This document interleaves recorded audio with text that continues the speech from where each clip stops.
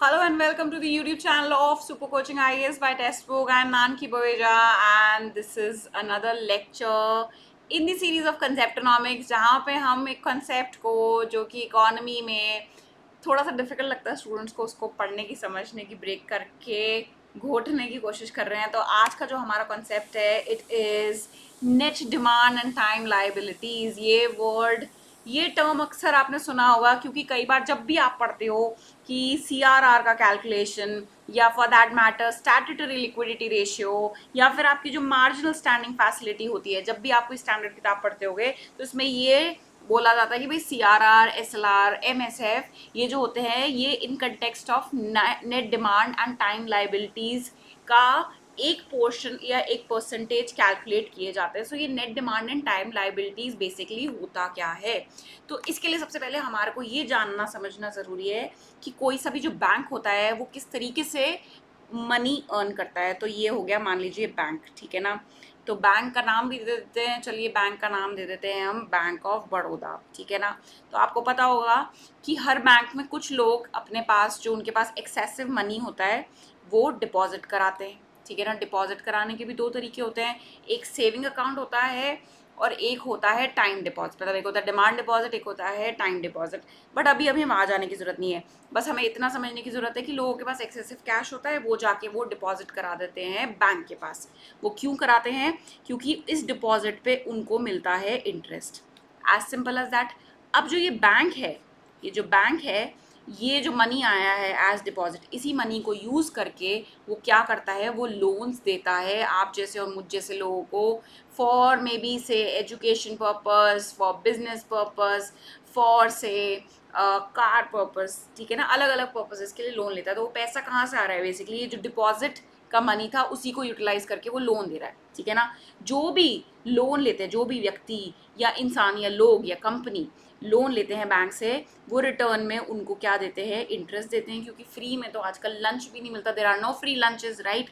तो बैंक से लोन लेना तो दूर की बात है, ठीक है ना। तो लोन लेते हैं तो उसके ऊपर इंटरेस्ट देना पड़ता है, ठीक है ना। तो अब इसमें बैंक मनी कैसे अर्न कर रहा है, ठीक है ना। तो बैंक मनी ऐसे अर्न कर रहा है कि भाई जब वो लोन देता है लोगों को, तो मान लीजिए उस पर वो 8% से इंटरेस्ट रेट चार्ज करता है, ठीक है ना।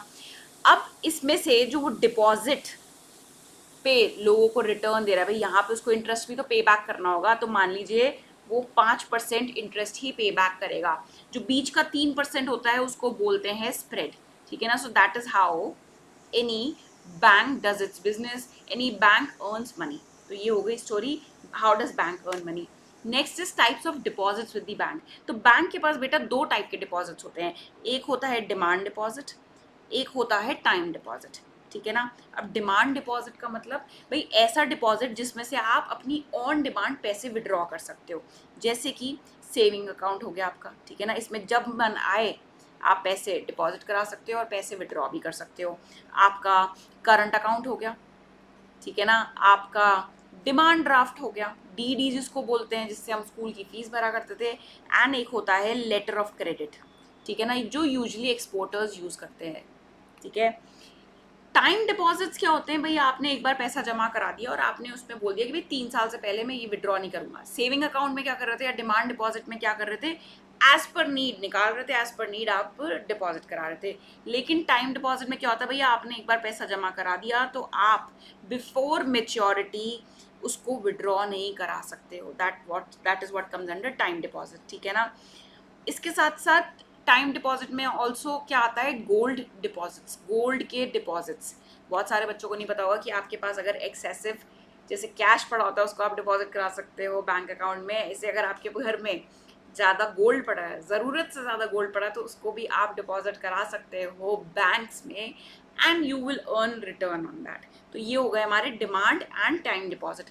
इसके अलावा एक और डिपॉजिट्स भी होते हैं जिसको बोलते हैं अदर डिपॉजिट्स, ठीक है ना। अदर डिपॉजिट्स, इसमें क्या आता है? मान लीजिए इंटरेस्ट इनकम, ठीक है ना। इंटरेस्ट इनकम जो इकट्ठी होती जा रही है बैंक अकाउंट में, जो अभी बैंक ने दी नहीं है डिपॉजिटर्स को। सो इंटरेस्ट इनकम अक्रूड, तो ये आता है अदर डिपॉजिट्स में। एक चीज़ याद रखना बच्चों, जितने भी डिपॉजिट्स होते हैं ये बैंक की क्या होती है?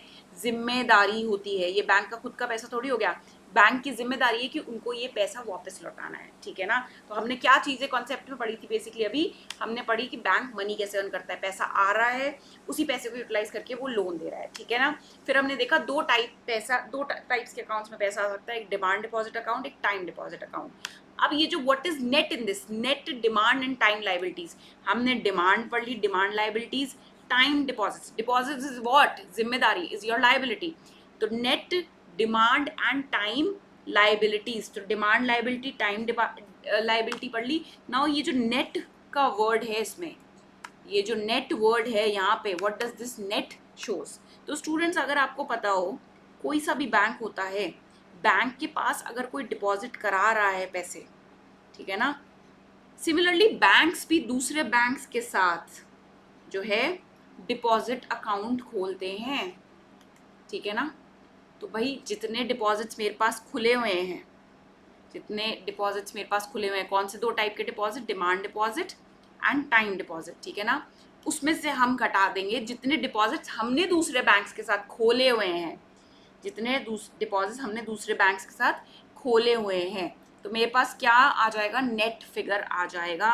And that is what is my net demand and time liabilities, जिसका एक प्रपोर्शन हमको CRR, जिसका एक प्रपोर्शन हमको SLR and other ratios as prescribe by RBI maintain करने होते हैं। So as simple as that.